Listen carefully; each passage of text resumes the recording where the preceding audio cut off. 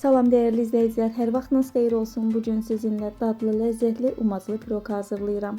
4 stəkan öncədən elədiyim unu və eyni stəkan ölçüsü ilə 2 stəkan şəkər tozunu qaba əlavə edib ilk öncə bir qədər qarışdırırıq.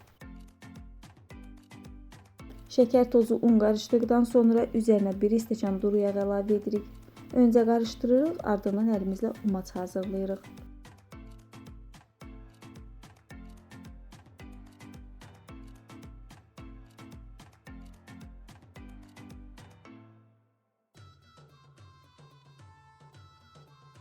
Umac hazır olduqdan sonra piroqun üzərində istifadə etmək üçün 1 stəkan hazırlamış olduğumuz umacdan qoyuruq kənara.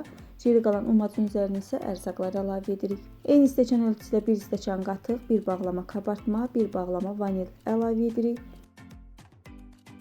Piroqda 4 ədəd yumurtadan da istifadə edirik. Yumurtanı da əlavə etdikdən sonra qarışdırırıq. Mikserdən çırpma telindən istifadə etməyə ehtiyac yoxdur.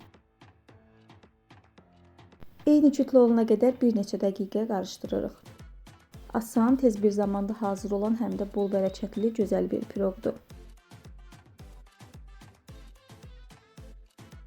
Xəmir artıq hazırdır. Nə çox axıcı, nə də qatı bir xəmir deyil. Orta qatılıqda gözəl bir xəmir alındı. İçərisində görünən topaqlar isə umacdır. Yəni bişən zaman onlar da əriyəcəkdir. İçərisinə topaq formada qalmayacaq. Mən piroqu bişirərkən soba tavasından istifadə edirəm. Soba tavasını ilk öncə duru yağla yağlayırıq və xəmiri tavaya əlavə edirik. Bir qədər qatı xəmir olduğundan qaşıqla tava boyunca xəmiri yayırıq.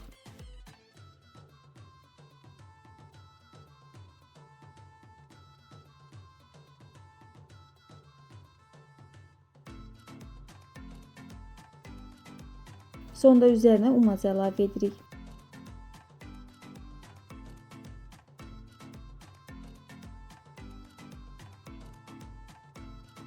Öncədən isidilmiş sobada 180 dərəcə temperaturda 30-35 dəqiqə aralığında bişirdik. Piroq sobadan çıxdıqdan sonra tam soymasını gözləyirik.